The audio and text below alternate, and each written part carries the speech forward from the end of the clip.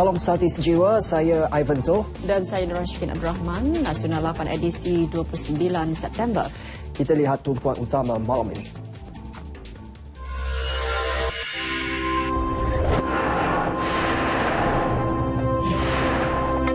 Malaysia hantar 380 polis untuk misi pengaman PBB.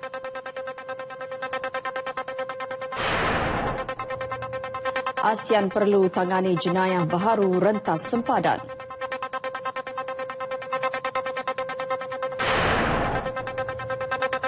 Rayuan gagal, Dr. Khetoyo ke penjara 12 bulan.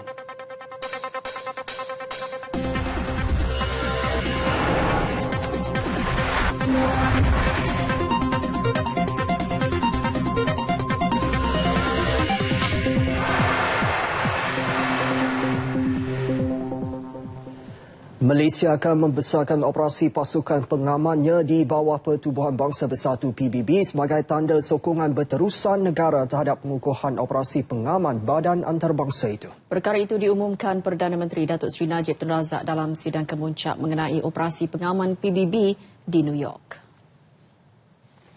Menurut Datuk Seri Najib, ia juga sebagai membuktikan komitmen Malaysia dalam memelihara keamanan dan keselamatan antarabangsa. Perluasan operasi pasukan pengaman Malaysia itu melibatkan tambahan 280 pegawai dan anggota unit pasukan seragam polis, 100 pegawai dan anggota polis khusus yang juga berperanan sebagai polis PBB, 1 batalion tempur infanteri bagi penempatan segera, 1 pasukan kejuruteraan bagi membantu misi pengaman dan penyediaan latihan pembangunan di Pusat Pengaman Malaysia. The work of the UN peacekeeping missions is vital, and the security and support they provide is our joint responsibility. Our collective commitment and concerted efforts are necessary to ensure that they remain properly resourced and able to face the constantly changing challenges of a world in which conflict is still too common. It is my hope that this summit will bring us closer to that common goal. Perdana Menteri menyampaikan kenyataan negara pada sidang kemuncak ini bersama-sama puluhan negara anggota PBB termasuk dari India, China, Itali, Turki, Finland, Indonesia dan Vietnam didahului ucapan pembukaan oleh Presiden Amerika Syarikat Barack Obama. Sejak menyertai misi pengaman pada 1960, Malaysia telah berkhidmat dengan 35 misi melibatkan 29,000 anggota. Misi yang sedang aktif ketika ini ialah di Sahara Barat, Kongo, Lebanon, Liberia, Abyei dan Darfur. Di peringkat serantau, Perdana Menteri mewakili ASEAN sebagai pengerusi turut berkongsi peranan sama yang dilakukan bagi mengekalkan keamanan negara anggota. Terbaru, ASEAN menubuhkan kumpulan ketenteraan ASEAN bagi bantuan kemanusiaan dan bencana pada Mac lalu. Presiden China Xi Jinping turut mengumumkan komitmen negara itu untuk terus menyokong pasukan pengaman PBB dengan memberi komitmen akan menyediakan seramai 8,000 askar dan polis bagi tujuan itu. Ia salah satu daripada 6 keputusan yang dibuat negara itu sebagai menyokong penambahbaikan dan kekuatan operasi pengaman PBB. Manakala 5 lagi langkah digariskan China termasuk akan memberi pertimbangan yang memihak kepada permintaan PBB untuk menyediakan askar kejuruteraan dan kaki tangan pengangkutan serta perubatan dalam operasi pengaman PBB. Negara itu juga akan melatih 2,000 anggota daripada pelbagai negara termasuk penyediaan peralatan dalam tempoh 5 tahun akan datang. Usahanya turut ditambah dengan bantuan ketenteraan berjumlah $100 juta Amerika yang diberikan secara percuma kepada Kesatuan Afrika sebagai tindak balas segera dalam krisis juga untuk 5 tahun akan datang. Skuad helikopter turut akan dihantar ke Afrika. China adalah ahli tetap Majlis Keselamatan PBB yang sudah mengambil bahagian dalam operasi pengaman selama 25 tahun. Sementara itu, Presiden Amerika Syarikat Barack Obama berkata komitmen untuk meletakkan pasukan pengaman itu dibuat lebih 50 buah negara dengan jumlah kira-kira 30,000 askar dan polis bagi digerakkan untuk misi pengaman PBB. We are joined today by countries from every region of the world. And I want to thank those who already do so much and commend those who have come here prepared to do more. At this summit, more than 50 countries, from Bangladesh to Colombia, from Finland to China, are making commitments totaling more than 30,000 new troops and police. Amerika Syarikat sebagai penyumbang terbesar untuk operasi pengaman PBB juga akan menambah sumbernya. Negara ini akan menggandakan jumlah pasukannya dan membantu daripada aspek logistik, rangkaian udara dan pengangkutan laut.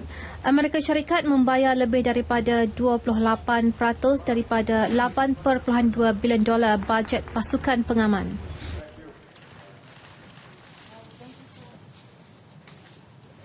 Tindakan membagi duta China ke Wisma Putra merupakan amalan biasa. Menterinya Datuk Seri Anifah Aman dalam satu kenyataan berkata Duta Besar China Dr. Huang Huikang dipanggil ke Wisma Putra bagi mengesahkan kenyataannya yang dikeluarkan semasa lawatan beliau ke Jalan Petaling yang telah disalah tafsir. Datuk Seri Anifah yang kini berada di New York dalam satu kenyataan menjelaskan perkara memanggil duta itu selaras dengan artikel 41 Vienna Convention and Diplomatic Relation 1961. Wisma Putra telah membuat perkara yang sama terhadap Duta Amerika Syarikat, Duta Vatikan dan Duta Singapura pada masa lalu. Datuk Seri Anifah menjelaskan sebagai sebuah negara berdaulat, Malaysia juga perlu menyampaikan pendiriannya kepada China dengan jelas. Operasi Haji 1436 Hijrah bakal melabuhkan tirai. 450 jemaah penerbangan KT1 telah berlepas dari lapangan terbang Jeddah dan dijangka tiba di tanah air jam 9 malam nanti. Manakala jemaah yang belum lagi mengikuti ziarah ke Madinah akan bergerak pada 3 Oktober nanti secara berperingkat-peringkat. Ikuti laporan liputan penutup perjalanan haji musim ini bersama Syahril Sarapudin dari Mekah.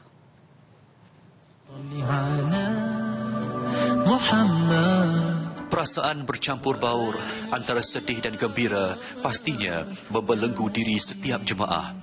Sedih kerana bakal meninggalkan bumi barakah yang entahkan bila akan dijemput sebagai tetamu Allah lagi. Gembira tatkala rukun Islam kelima telah sempurna ditunaikan dan bakal kembali bertemu ahli keluarga tersayang di tanah air.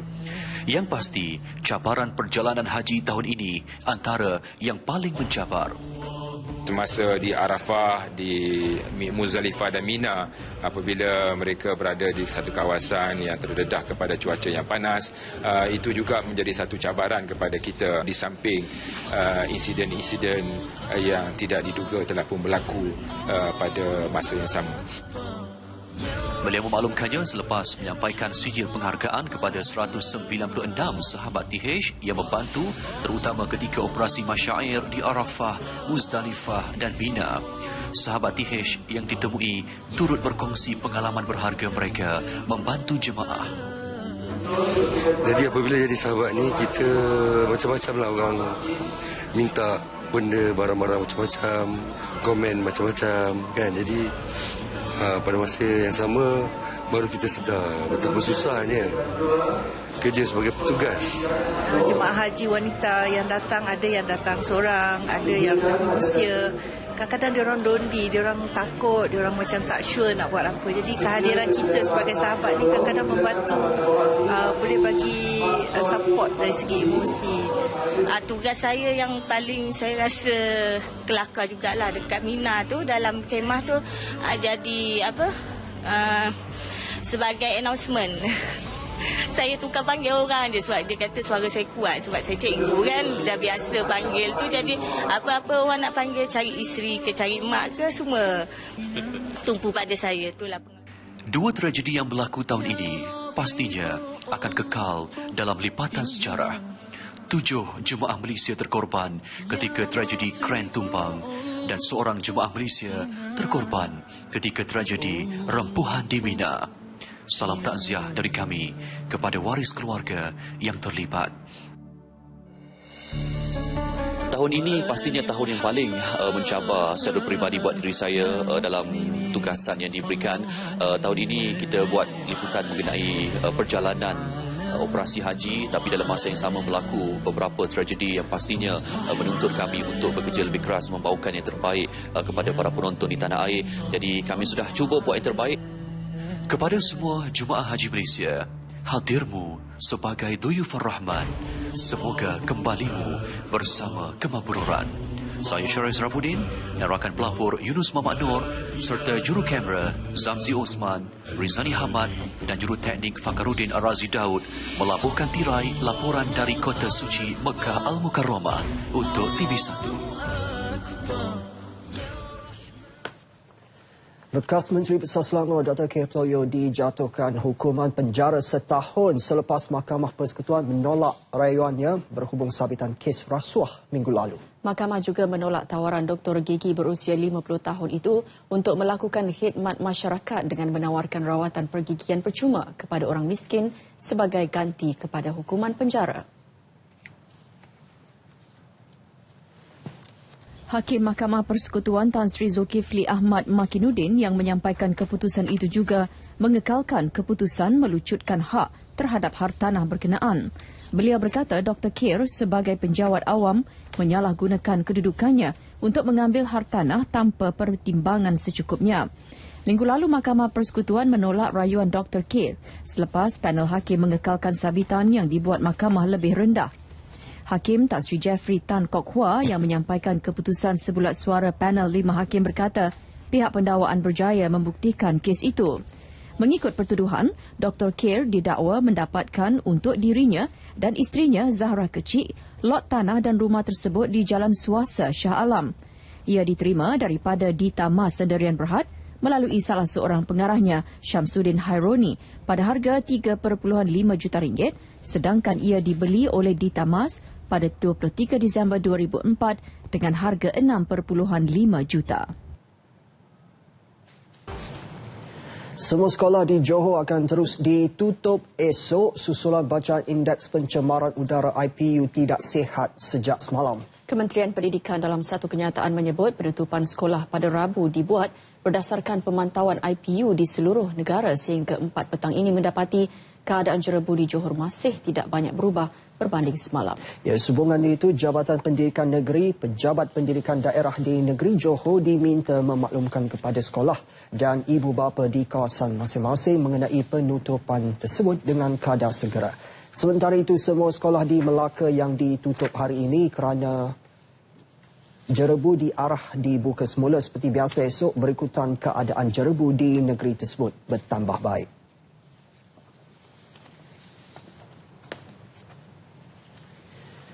Kuala Lumpur menghargai langkah Jakarta mengambil tindakan perundangan lebih tegas terhadap pengusaha ladang yang menjadi punca jerebu di beberapa negara Asia Tenggara. Timbalan Perdana Menteri Datuk Seri Dr. Ahmad Zahid Hamidi juga berharap masalah jerebu yang dialami oleh Malaysia, Singapura dan Indonesia tidak lagi berulang pada masa hadapan.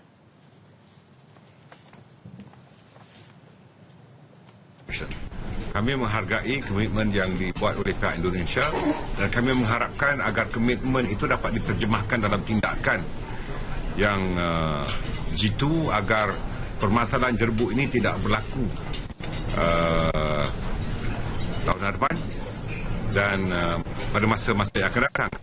Indonesia sebelum ini menegaskan akan mengambil tindakan undang-undang dan membekukan aset kawasan-kawasan yang menyebabkan punca jerebu tidak kira sama ada milik rakyat tempatan maupun syarikat luar. Pada masa sama, Kuala Lumpur turut bersedia membantu Jakarta menangani masalah berkenaan. Singapura juga sebelum ini pernah menawarkan bantuan sama. Menteri Pertahanan Datuk Seri Hishamuddin Tun Hussein menegaskan usaha bersepadu menangani jerebu perlu memandangkan sebagai negara jiran, Malaysia turut menerima tempias kesannya. It's something that I said in my tweet that it needs a regional effort. And my relationship with Eng Heng from Singapore and also with Riyal Mizat, Bapak Riyal Mizat of Indonesia is very close. So maybe that is the way forward. Let me check with my Singapore counterpart how they are helping and working with Indonesia, and if it is within our capability to also do the same, I don't see why we cannot do it.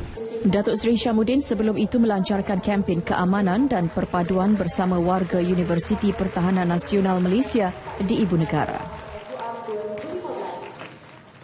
Dalam pada itu, operasi penerbangan di kedua-dua lapangan terbang antarabangsa Kuala Lumpur, KLIA dan KLIA 2 berjalan seperti biasa. Semalam beberapa penerbangan terganggu, terutama penerbangan yang membabitkan negeri-negeri yang mencatat kualiti udara melepasi paras tidak sihat. Tinjauan kru RTM di KLIA dan KLIA 2 pagi tadi mendapati semua penerbangan berlepas dan tiba mengikut jadual kecuali 1 atau 2 penerbangan yang mengalami kelewatan biasa. Bacaan Indeks Pencemaran Udara IPU yang dikeluarkan Jabatan Alam Sekitar JAS bagi nilai kawasan yang paling hampir dengan KLIA 11 pagi tadi ialah 93, iaitu di bawah paras tidak sihat. Walaupun pada mata kasar ia kelihatan lebih tinggi daripada bacaan tersebut, namun ia tidak mengganggu jarak ketampakan di landasan. Semalam berpuluh penerbangan membabitkan beberapa destinasi di Semenanjung dan Sarawak terjejas dan ada yang dibatalkan apabila jarak ketampakan di beberapa landasan berada di bawah paras 200 meter. Antaranya landasan di Lapangan Terbang Antarabangsa Kuching, Lapangan Terbang Antarabangsa Senai, Kuantan dan Ipoh. Lapangan Terbang Antarabangsa Sultan Abdul Aziz Shah LTSAAS turut beroperasi seperti biasa hari ini dengan bacaan Indeks Pencemaran Udara IPU semasa berada pada paras sederhana. Bagaimanapun penumpang yang ditemui masih risau dengan keadaan jerebu yang melanda ketika ini. Kalau dari KB tak adalah. Kalau dah tempat sini nampaknya kuat dah. Sebab biasa kat kampung tak ada jerebu sangat. Sini pun tadi masa nak mendarat pun tak berapa nampak sangat. Actually kita dah delay lah ni. Kita itu tiket pukul ada Ahad kan. So delay hari Selasa lah hari ni. Lepas tu sepanjang perjalanan air ke sini cuaca pun agak jerebu pun agak teruk lah, tapi alhamdulillah selamat sampai sini. Pengurus LTSAAS Nobasha Kasim memberi jaminan kepada penumpang bahawa semua langkah diambil bagi memastikan jadual dan penerbangan menepati prosedur dan keselamatan. Jaminan kepada penumpang-penumpang di lapangan terbang di Subang dan juga di mana-mana lapangan terbang di bawah kendalian Malaysia Airport bahawa sekiranya ada pembatalan ataupun penangguhan disebabkan oleh keadaan jerebu, kita meminta kerjasama daripada semua penumpang supaya memahami situasi berkenaan. Kerana kami di Malaysia Airport, Jabatan Penerbangan Awam, Meteorologi, Syarikat Penerbangan seperti Malindo dan juga Pai-Pai ingin memastikan bahawa semua penumpang selamat ke destinasi. Jarak penglihatan yang dilaporkan Jabatan Meteorologi adalah sekitar 3,000 meter dan sesuai untuk penerbangan. Tiada kelewatan atau perubahan jadual penerbangan dilaporkan. Malaysia, Australia dan China masih lagi komited dalam meneruskan pencarian pesawat MAS MH370. Beberapa ujian sedang dijalankan untuk melihat sama ada terdapat maklumat baru mengenai perkara sebenar yang berlaku ke atas pesawat itu. Dalam masa sama, teritip yang dijumpai bersama Flaperon di Kepulauan Reunion 29 Julai lalu turut dikaji oleh biologi marin untuk mencari petunjuk baru. Ia memandangkan Flaperon itu disahkan milik pesawat MH370 sekaligus membuktikan model pencarian oleh pakar yang diputuskan sebelum ini mengenai lokasi pencarian MH370 adalah tepat. Perkara itu disahkan Ketua Pengarah Jabatan Penerbangan Awam DCA Dato' Azharuddin Abdul Rahman dalam satu kenyataan selepas mesyuarat bersama 3 negara terlibat di Beijing, China. Awal bulan lalu, mesyuarat mengenai pencarian MH370 turut diadakan di Canberra, Australia. Selain itu, atas nasihat pakar, pencarian akan diperluas dengan mengambil kira beberapa aspek, termasuk keuangan, peralatan dan kapal.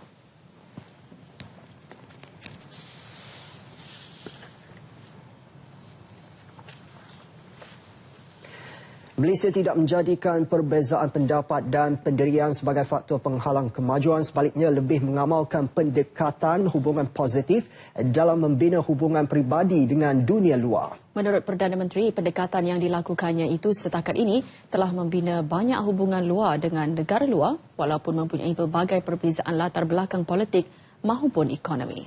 Datuk Seri Najib berucap demikian kepada kira-kira 200 orang diaspora dan pelajar-pelajar Malaysia di New York sempena lawatan kerja rasmi beliau ke Perhimpunan Agung PBB yang akan berakhir penghujung minggu ini. Perdana Menteri memberi contoh hubungan luar yang semakin mengukuh tanpa perlu mengetengahkan sudut perbezaan terutama dengan negara China, Amerika Syarikat juga Palestin.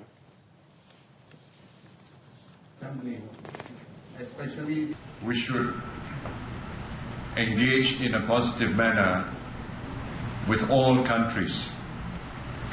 Our foreign policy is one that's based on positive engagement. We can have differences of views, but doesn't mean that we must disagree on every single matter. Wherever we can cooperate. Dalam ucapan beliau juga, Datuk Seri Najib menjelaskan perkembangan semasa negara termasuk mengenai kesan pelaksanaan GST, projek pembangunan infrastruktur mega yang diwujudkan dengan pelbagai tujuan. Bukan sahaja memulangkannya semula dengan bentuk kemudahan kepada rakyat, juga mewujudkan peluang pekerjaan. Mengakui sesuatu tindakan yang dibuat kerajaan bukanlah langkah popular, namun apa yang penting bagi Perdana Menteri, tindakannya hanya bertujuan untuk memberi manfaat kepada rakyat Malaysia. How do I make Malaysia a better place for all of you?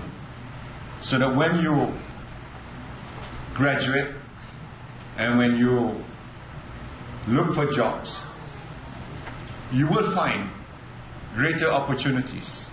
I think the key is to create opportunities. You have to create more and more opportunities. Datuk Seri Najib turut menjelaskan hala tuju dan perkembangan ekonomi negara, terutama langkah kerajaan memperkenalkan pelbagai dasar bagi memastikan ekonomi yang kekal kukuh, termasuk pengenalan cukai GST. Turut hadir isteri Perdana Menteri Datin Seri Rosmah Mansor. Kedua-dua mereka meluangkan masa kira-kira sejam bersama rakyat dan pelajar Malaysia yang datang dari seluruh Amerika.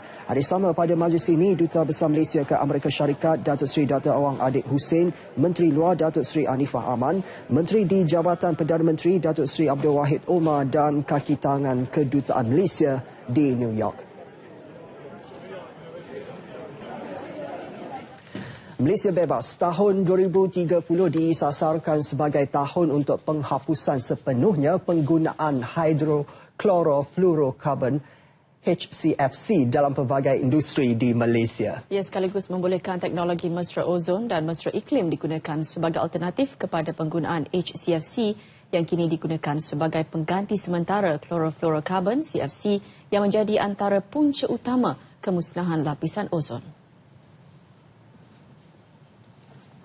Menurut Timbalan Menteri Sumber Asli dan Alam Sekitar, Datuk Hamim Samuri, buat masa ini penghapusan HCFC dibuat secara berperingkat dengan pembekuan import bahan itu sejak 2013. Sehingga tahun ini, sebanyak 10% jumlah import berjaya dikurangkan dan dijangka akan meningkat 35% menjelang tahun 2020. Nak menggambarkan bahawa kerajaan sangat serius tentang alam sekitar ni, khususnya ozon layer. 2030 total. 2030 total. Mana no more lagi? Zero CFCs by 2030. Datuk Hamim menyatakan demikian dalam sidang media selepas menyempurnakan Majlis Sambutan Hari Ozon Antarabangsa 2015 di Putrajaya. Hari Ozon Antarabangsa disambut pada 16 September setiap tahun dengan tema sambutan 30 tahun kita bersama memelihara lapisan ozon. 50,000 unit vaksin dijangka dibawa masuk ke negara ini sebagai salah satu langkah untuk mencegah penularan wabak anjing gila atau rabies. Menteri Pertanian dan Industri Asas Tani Datuk Seri Ahmad Syabri Cik memaklumkan tempahan vaksin di Pusat Vaksin Rabies Dunia yang berpangkalan di Paris dijangka akan dihantar dalam tempoh terdekat. Cumanya dalam masa yang sekarang ini kita telah telah memesan vaksin daripada Pusat Vaksin Rabies Dunia yang berpangkalan di Paris untuk menghantar 50,000 lagi vaksin dan ianya dalam perjalanan dan akan sampai dalam masa beberapa hari lagi. Setakat ini, wabak tersebut masih terkawal dengan tiada kes baharu dilaporkan. Beliau berkata demikian selepas merasmikan mesyuarat agung Pertubuhan Peladang Kebangsaan Perak di Ipoh. Dalam pada itu, pihak kementerian juga bersedia menjadi orang tengah antara pihak Jabatan Veterinar dengan pihak Badan Bukan Kerajaan NGO dalam membincangkan isu berkaitan kaedah pengawalan anjing tidak bertuan. Jika terdapat kaedah yang lebih sesuai untuk diamalkan, kerajaan akan mengambil kira pandangan berkenaan. Sehingga kini dari 158 kes penyakit anjing gila yang direkodkan, tiada kes melibatkan manusia. Ketua Sektor Zoonosis Bahagian Kawalan Penyakit Kementerian Kesihatan Dr. Zainuddin Abdul Wahab berkata ia bagaimanapun telah membawa kepada pendedahan terhadap kuman rabies. Tanda-tanda awal virus ataupun penyakit neuroinvasive zoonosis tersebut sukar dikesan setelah menyerang kepada sistem saraf manusia iaitu sampai ke saraf tunjang dan otak, barulah tanda-tanda itu dapat dikenali namun ianya agak terlambat. Pada pendapat saya, untuk mengawal dan mencegah penyakit rabies ini, kita mesti menghapuskan punca penyakit tersebut. Dan punca penyakit tersebut adalah berasal daripada haiwan. Jadi kalau kita ada haiwan tersebut, tak adalah penyakit tersebut. Jadi mereka-mereka yang ingin membela, pastikan mereka mendapat suntikan yang sepatutnya dan mengawal anjing ataupun haiwan peliharaan tersebut daripada berkawan dengan haiwan-haiwan yang liar di luar sana yang mana status vaksinnya tidak diketahui. Mana-mana individu yang digigit anjing perlu mendapatkan rawatan pencegahan, antaranya membasuh luka dan seterusnya mendapatkan vaksinasi anti-rabies dengan segera. Dr. Zainuddin Abdul Wahab ditemui dalam segmen Tetamu Nasional 1.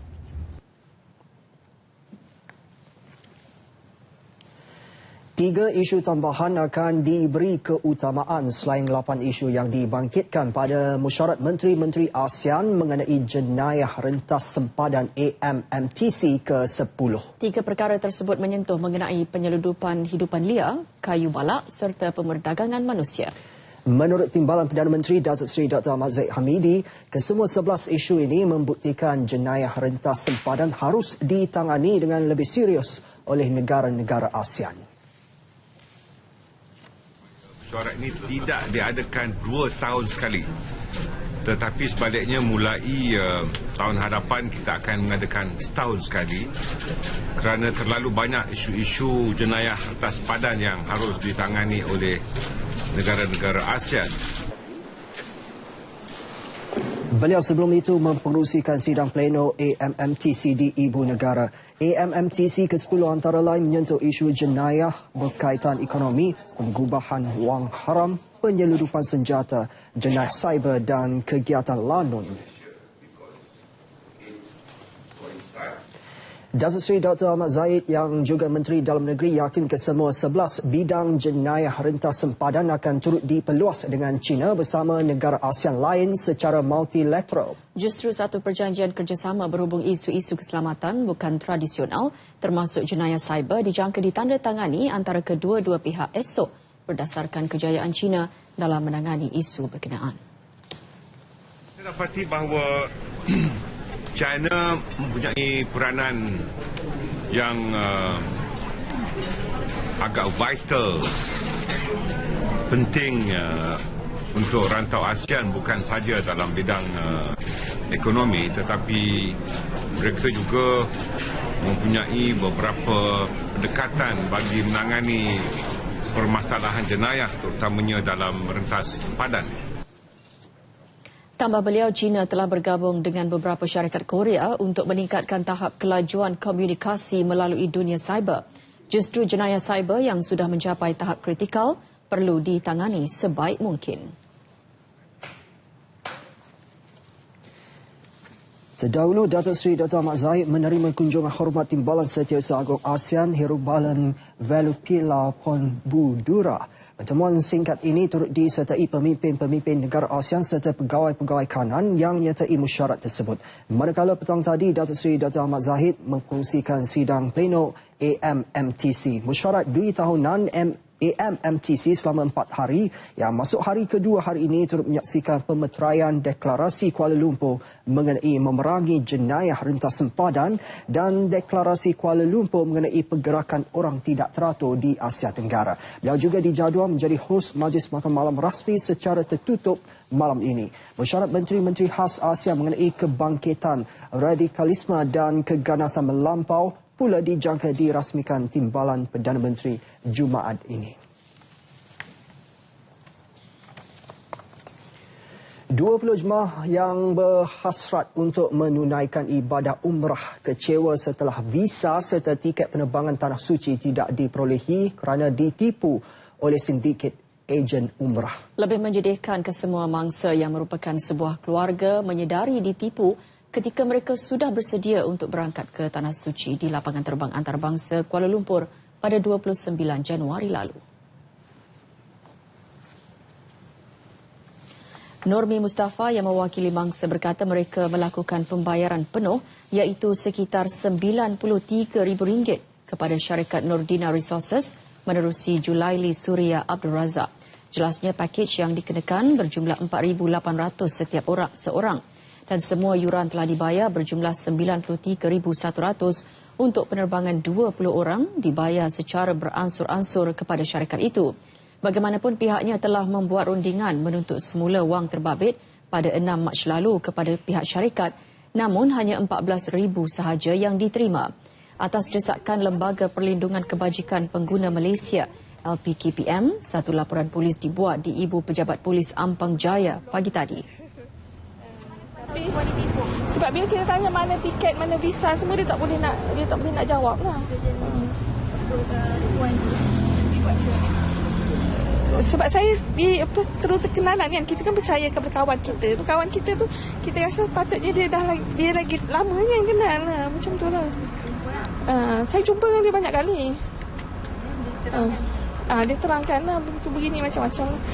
Jadi apa yang mereka ceritakan pihak lembaga bahawa kes penipuan ini melibatkan nak pergi umrah ya. Jadi pergi umrah ni orang kata nak pergi beribadat, nak pergi orang kata menunaikan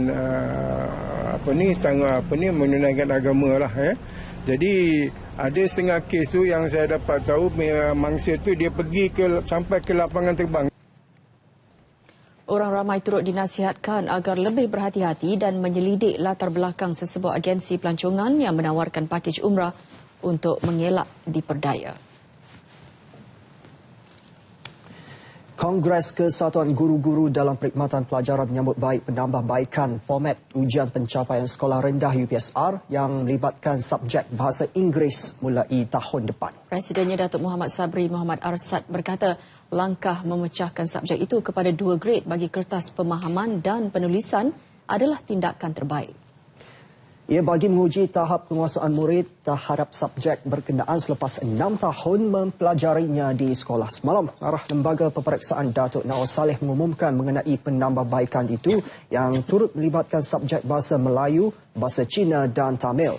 Berikutan perkongsian grade bagi subjek Bahasa Inggeris, calon UPSR bagi sekolah kebangsaan akan mendapat 6 grade berbanding 5 sekarang, manakala calon sekolah jenis kebangsaan SJK Cina dan Tamil akan memperoleh 8 grade berbanding 7 ketika ini.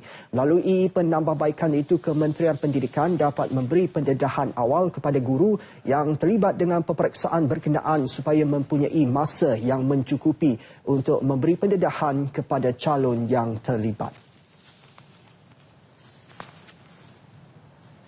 Perdana Menteri Datuk Seri Najib Tun Razak berkesempatan mengerusikan mesyuarat tahunan kelima Majlis Penasihat Sains dan Inovasi Global GSIAC di New York. Sejak penubuhannya pada 2011, GSIAC telah berjaya meraih momentum dalam merealisasikan sasarannya dalam menjadikan bidang sains sebagai nilai tambah dan antara agenda utama pembangunan negara dalam mencapai sasaran status negara maju tidak sampai 5 tahun lagi.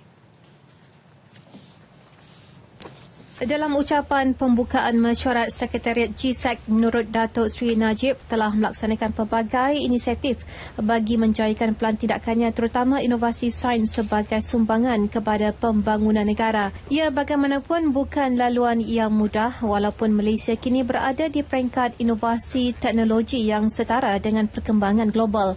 Ketidaktentuan ekonomi dunia antaranya turut menyumbang kepada cabaran besar dalam merealisasikan hasrat berkenaan. Malaysia bagaimanapun masih berada di landasan betul berdasarkan petunjuk ekonomi yang positif.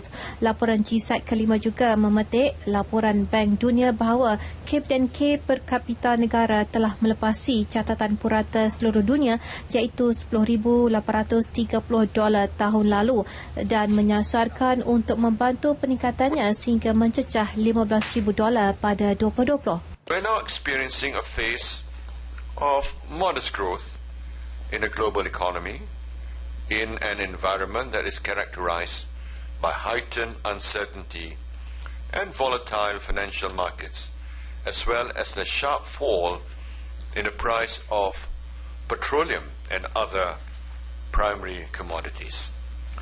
Nevertheless, I must emphasize here that the fundamentals of the Malaysian economy remain strong. It has withstood these challenging times, supported by strong initial conditions and early and comprehensive policy response. Serius dengan pembangunan bidang berkenaan menerusi rancangan Malaysia ke-11, 6 teras strategiknya turut menumpu kepada pembangunan inovasi dan produktiviti. Ia juga menjadi fokus utama mesyuarat GSEC kali ini yang menumpukan kepada perkembangan laporan, penilaian serta teras sains dan inovasi dan RMK 11. Pada majlis ini, Perdana Menteri turut menyaksikan pertukaran memorandum persefahaman MOU antara Nanomite dan Harvard University bagi kerjasama pembangunan inovasi. Majlis turut memberi penghormatan kepada Allahyarham Tan Sri Jamaluddin Jarjis yang banyak memainkan peranan ketika penubuhan GSEC. Di luar sidang kemuncak dalam Perhimpunan Agung PBB, Perdana Menteri turut berkesempatan meluangkan masa mengadakan mesyuarat bilateral dengan rakan sejawatannya dari Turki, Ahmet Davutoglu. Pertemuan singkat itu antara lain memberi ruang kepada kedua-dua pemimpin meningkatkan hubungan kerjasama antara Kuala Lumpur Ankara dalam pelbagai bidang. Hubungan diplomatik Malaysia-Turki bermula sejak 1964 dan ia berkembang pesat. Baru, kedua-dua negara memuktamadkan Perjanjian Perdagangan Bebas Malaysia-Turki MTFTA berkuat kuasa Ogos lalu. Bajet 2016 yang bakal dibentangkan 23 Oktober akan menterjemahkan pelaksanaan rancangan Malaysia ke-11. Ketua Pegawai Eksekutif Unit Pengurusan Prestasi dan Pelaksana Pemandu, Datuk Seri Idris Jala berkata belanjawan kali ini akan menekankan usaha mengimbangi antara ekonomi modal dan ekonomi rakyat. We put in the budget will reflect our 11 Malaysia plan. So anyone that wants to know what is likely going to be put inside the budget should look very carefully at the 11 Malaysia plan that we've released.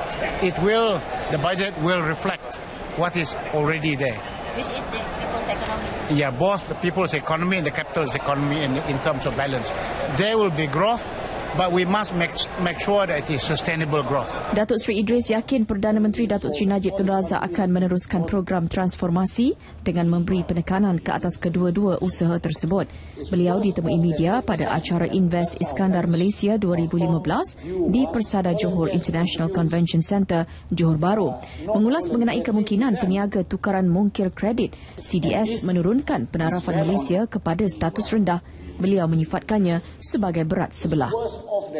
But I am convinced that because our fundamentals are good, we have record investments in our country over the last 5 years, eventually the positive sentiments will come back. It's a matter of time. Beliau tidak menafikan ia menimbulkan sentimen negatif, bagaimanapun agensi penarafan utama masih melihat Malaysia secara positif. Dalam perkembangan lain, Datuk Seri Idris berkata sekarang adalah masa terbaik untuk membuat pelaburan. Economies go through cycles. there's always up and there's also downs. So number two, when you are down, when the economy is down, that's the best time to invest because stock prices are very low, opportunities are abound. Tegasnya ramai yang takut membuat pelaburan semasa ekonomi lemah, tetapi bagi pelabur yang berani dan faham tentang peluang pelaburan jangka panjang, inilah masa yang terbaik untuk melabur.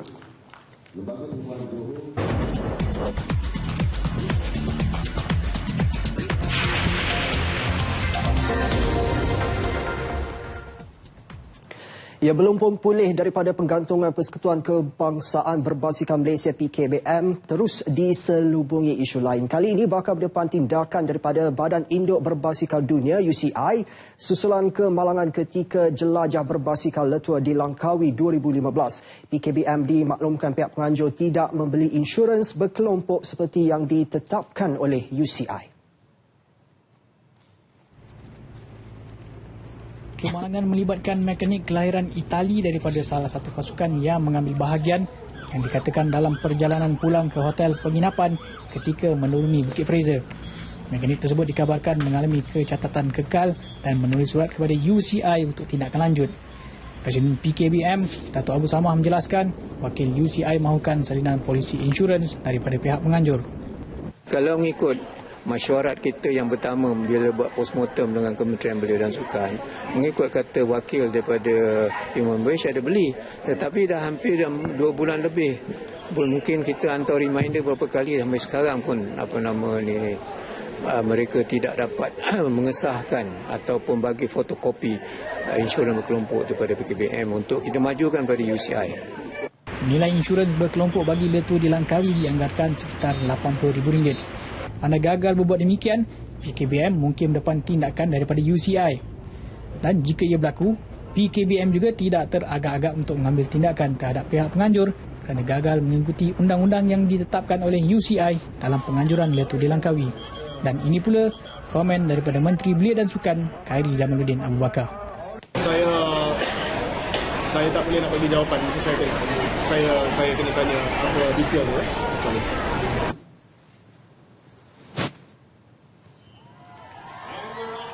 PKBM juga kecewa, malah keliru dengan pihak penganjur Kejohanan Cabaran Bukit Antarabangsa Langkawi, LIMBC, Human Voyage Sdn Bhd yang membatalkan perlombaan itu di saat-saat akhir.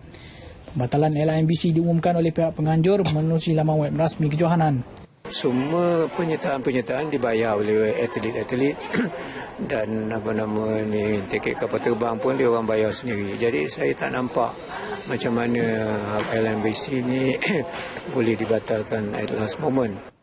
Dato' Abu Samah telah mengarahkan Jawatankuasa Berbasikal Bukit MTB untuk melakukan kajian terhadap insiden itu dan pada masa yang sama mencari idea untuk mewujudkan sendiri Kejohanan Cabaran Bukit Antarabangsa di bawah kelolaan PKBM. Saya dah suruh Jawatankuasa MTB kita untuk buat satu kajian supaya PKBM akan menganjurkan kejohanan MTB serupa dengan LMBC untuk tahun-tahun yang akan datang.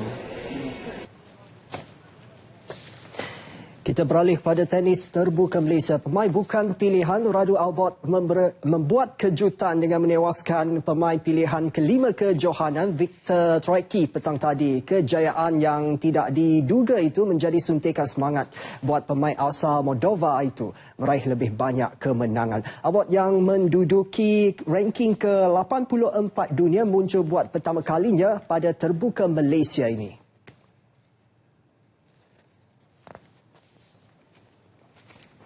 I want to be as high as possible in my ranking to play as good as possible from my abilities. I'm practicing tough every day. Every time when I go on court, I give my 100%, my maximum. And I hope to get better in ranking as soon as possible. And hope to break top 50.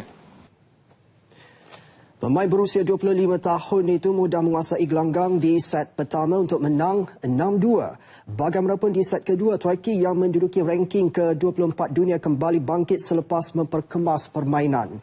Albot diheret hingga ke tie break sebelum sekali lagi berjaya mengecewakan Troicki 7-6. Dalam satu lagi saingan, pemain pilihan ke-6 Jeremy Chardy terpaksa bermain dalam 3 set sebelum berjaya mara ke pusingan kedua dengan menumpaskan Alexander Zverev dari Jerman. Pemain dari Perancis ini ketinggalan 3-6 di set pertama sebelum menyamakan kedudukan di set kedua dengan kemenangan 6-3. Lanjutan ke set penentuan, Chardy yang menduduki ranking ke-26 dunia lebih cekap mengatasi lawannya untuk menang 6-2. Try my best and try to win the tournament.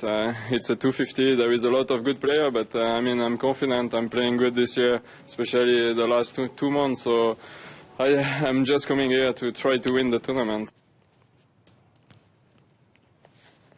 Sementara itu, pilihan utama Derek Ferrer nekat melenyapkan badi tanpa sebarang gelaran sepanjang 5 kali beraksi di Malaysia. Ferrer, pemain ranking ke-7 dunia, mahu mencipta kenangan manis edisi ke-7 tahun ini dengan beraksi di pentas final sekaligus menjulang kejuaraan.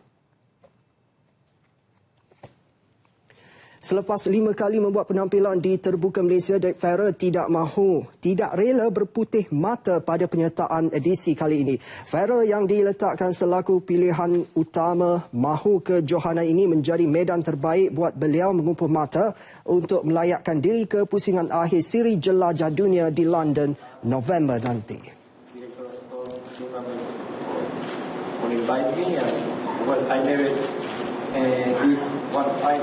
Here in Kuala Lumpur, I never played my best tennis, so I hope 1 year of my life will do a fight. not win the tournament, but maybe a fight. Kali terakhir Ferrer beraksi di Malaysia ialah pada tahun 2013 dengan tersingkir di peringkat suku akhir. Dalam pada itu, wakil Bulgaria Grigor Dimitrov pula menjadikan aksi sulung di Malaysia sebagai medan untuk mencari keserasian selepas dibimbing di bawah jurulatih baharu Franco Devin. It's something that I haven't decided, to be honest, but what can I say? With Rashid, things were good, and obviously I've improved a lot on my fitness level, and I think my tennis has raised up the level a little bit. But I feel there's always room for improvement for me. I'm the type of person that really enjoy working. I like the whole process of it, but in the same time, I think I've reached the point that I need to be smart about my workouts and everything that I do.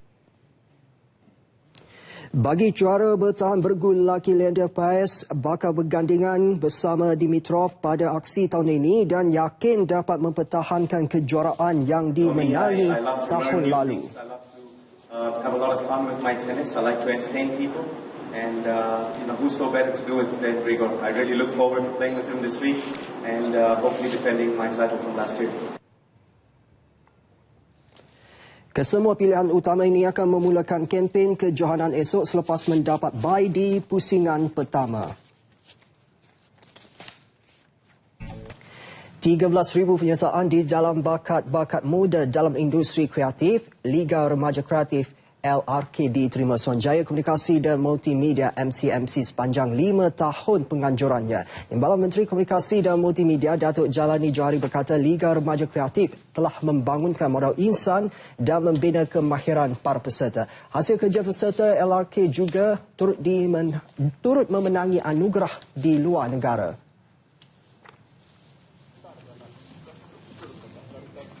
Pihak kementerian melalui MCMC kita telah menyediakan satu dana yang dinamakan dana industri kreatif. Kita menyediakan lebih kurang dalam 100 juta. Ini tujuan kita ialah untuk menggalakkan industri kreatif tempatan ya, sejajar dengan dasar kebangsaan ya, supaya dapat mewujudkan Malaysia ini sebagai satu hub. Datuk Jalani menjelaskannya kepada media ketika ditemui selepas majlis penyampaian hadiah Liga Remaja Kreatif Peringkat Kebangsaan 2015 di Cyberjaya.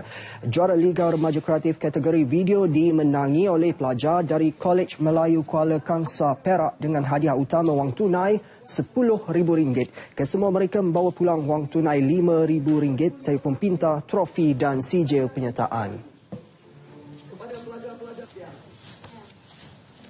Paparan itu menutup Nasional 8, ikuti Best 5-10 bersama Faris Izzat selepas ini. Assalamualaikum. Salam sehati sejiwa.